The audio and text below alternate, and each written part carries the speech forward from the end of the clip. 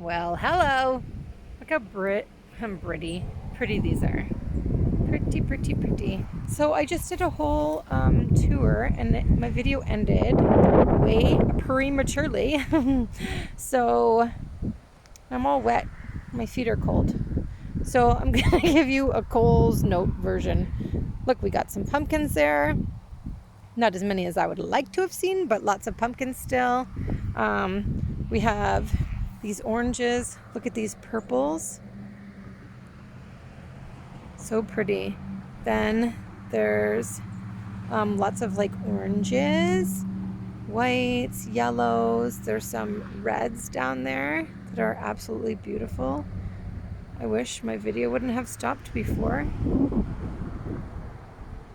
But this is just like a little September 23rd garden tour. Yeah, so I haven't been out in 2 days because it's been super rainy, and you could tell because there's actually dahlias out. Oh, and I feel like I need to show you all these varieties. Oh, look at this guy. He's ginormous. I feel like he looks like my hair in the morning, just a big pink hot mess.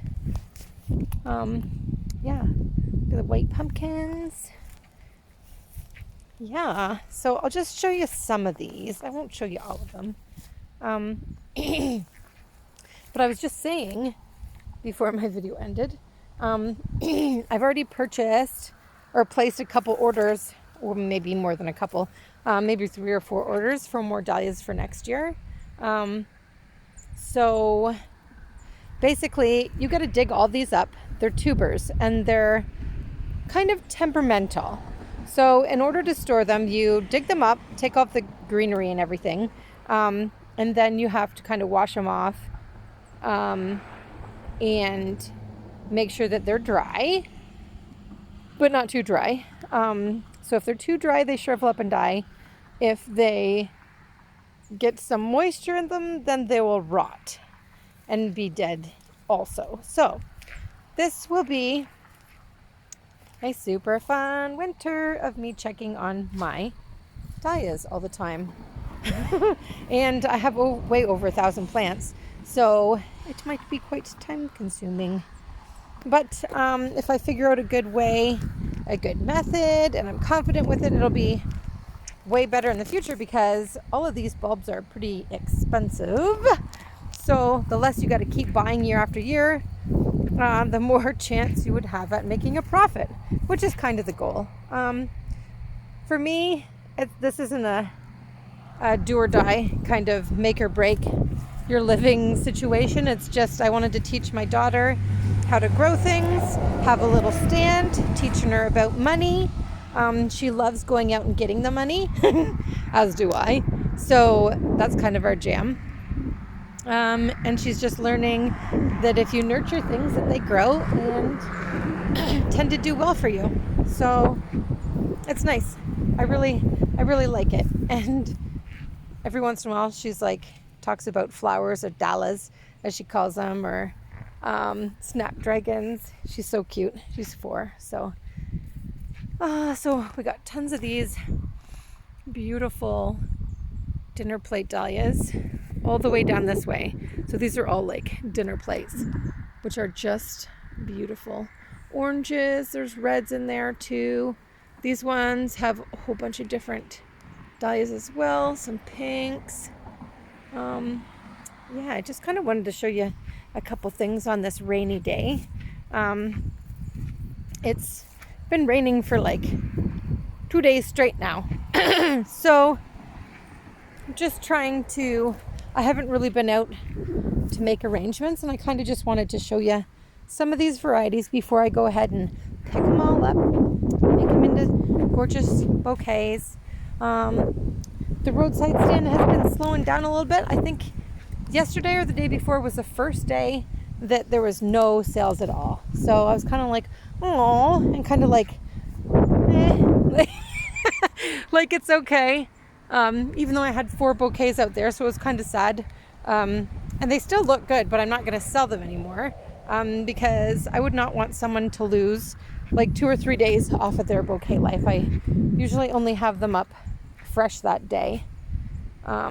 Look at this guy. He's so pretty. I think I got a whole bunch more of this guy. I think I got 25 more plants, either 20 or 25 more coming.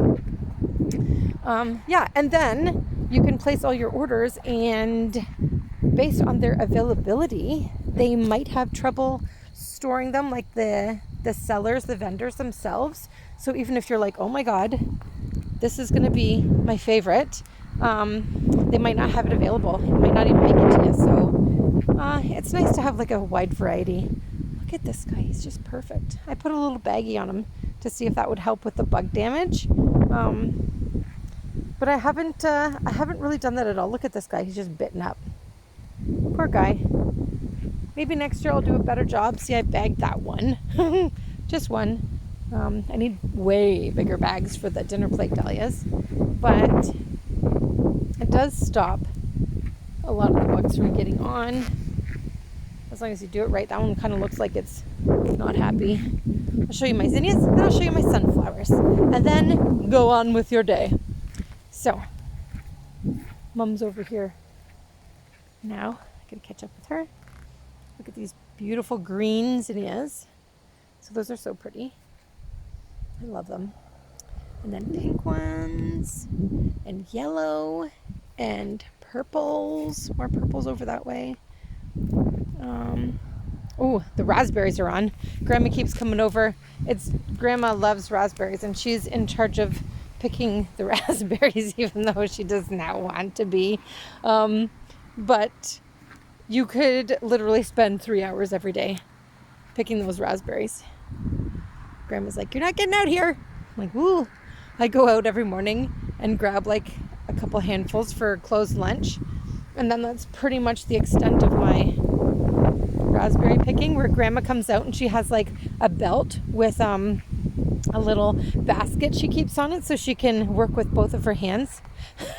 So Grandma is hardcore, which is amazing. She's in her 80s, mid 80s, and she's just still a firecracker. Just love her. Love, love, love her. She's pretty much the one that inspired me to love gardening, as I always loved her garden.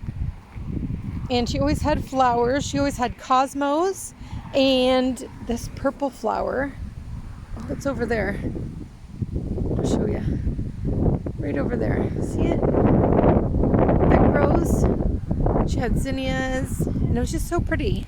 And they were just for her. She just picks them and gives them to her and her friends, and that's the way stuff goes. So she just loves coming out here and picking whatever she wants.